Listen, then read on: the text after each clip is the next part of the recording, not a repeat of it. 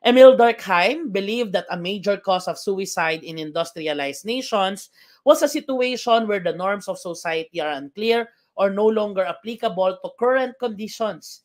He called this situation A, taboo, B, anomy, C, technique, or D, deviance. Tamang sagot po natin dito ay walang iba kundi this should be anomy. Mahusay.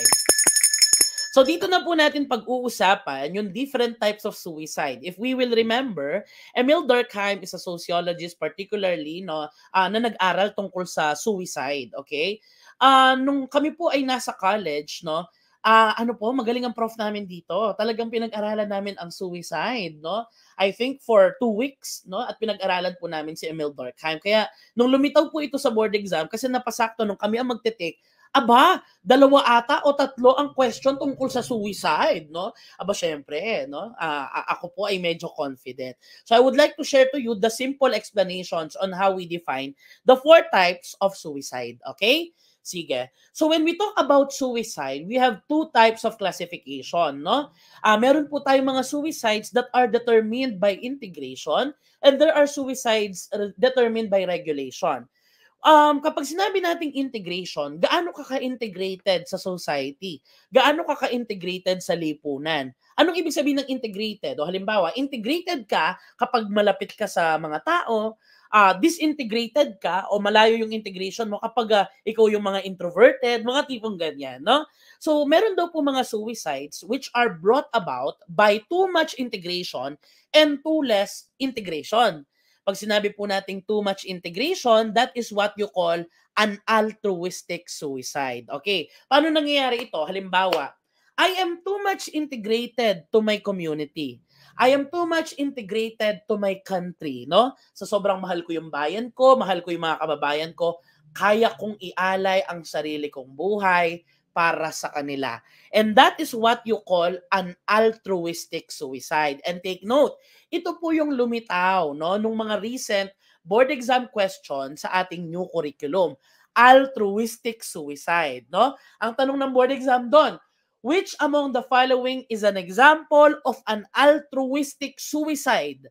Ang tamang sagot po doon ay Harakiri of Japan, okay? Bakit po dito sa Harakiri of Japan, ito po yung yung suicide o kahandaang mamatay, no, ng mga Japanese for the noble cause of their country. Yun po ang altruistic suicide. Uulitin natin, it is caused by too much integration. Masyado mong mahal, masyado mong nakikita ang sarili mo integrated. No, your life is for the nation.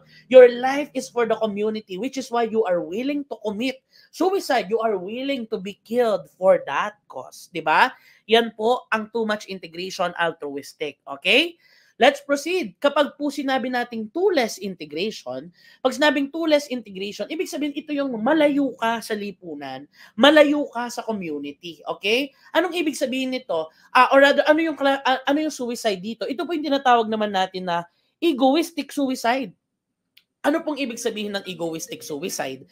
Ang pinakamagandang example natin dito, di po ba, marami pong suicide ngayon ang brought about, no, lalo na po sa mga kabataan, sa ating mga estudyante, brought about by depression, brought about by loneliness. Ito yung mga tipong sila yung mga walang kausap, sila yung mga walang malapitan sa oras ng pangangailangan, they are too less integrated into their society. They are too less integrated in their community. And which is why when they commit suicide, ang tawag po doon is egoistic suicide. Okay?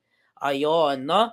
And makita po natin dito, no, the word is ego. By the way, kapag altruism kasi, ang ina-associate dyan, kung familiar po kayo, it's noble causes, altruistic yung gagawin mo kapag maganda siya para sa bayan, ganyan.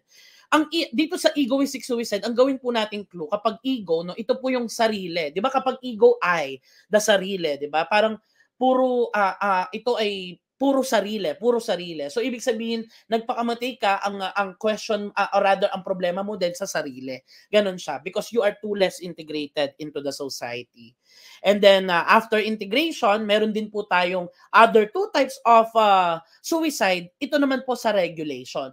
Pag sinabi nating regulation sa madaling sabi, ito po yung sa batas, okay? Ito po yung sa batas. What are the rules of the society? What are the norms of the society? When there is too much regulation, may suicide din na nangyayari. And when there is too less regulation, may suicide din na nangyayari.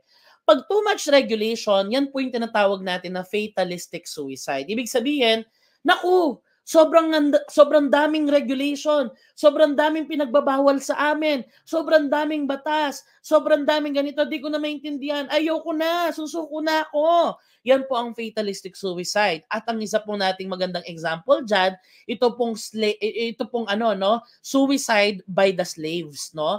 Anong ibig sabihin nito? Ito pong mga slave o itong mga alipin, no? Yung buong buhay nila, no? Yung buong buhay nila determined by the regulations, no? Ng kanilang mga amo, determined by the regulations na naghaharing uri, ganyan.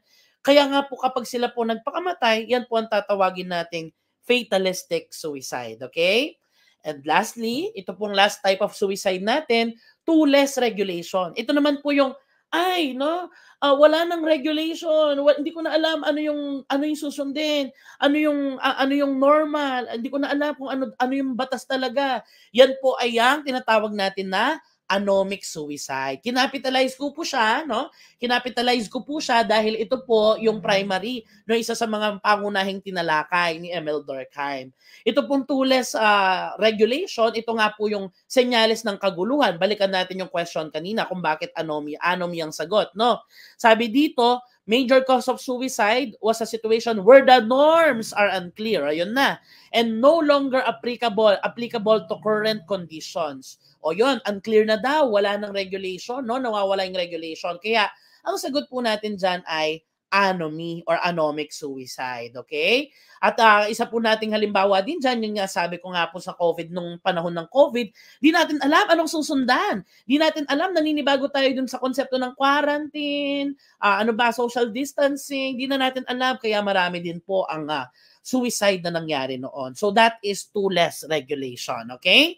Malinaw po ba? Patype naman po ako ng clear, no? Kung malinaw po sa inyo itong 4 types of suicide na meron tayo, no?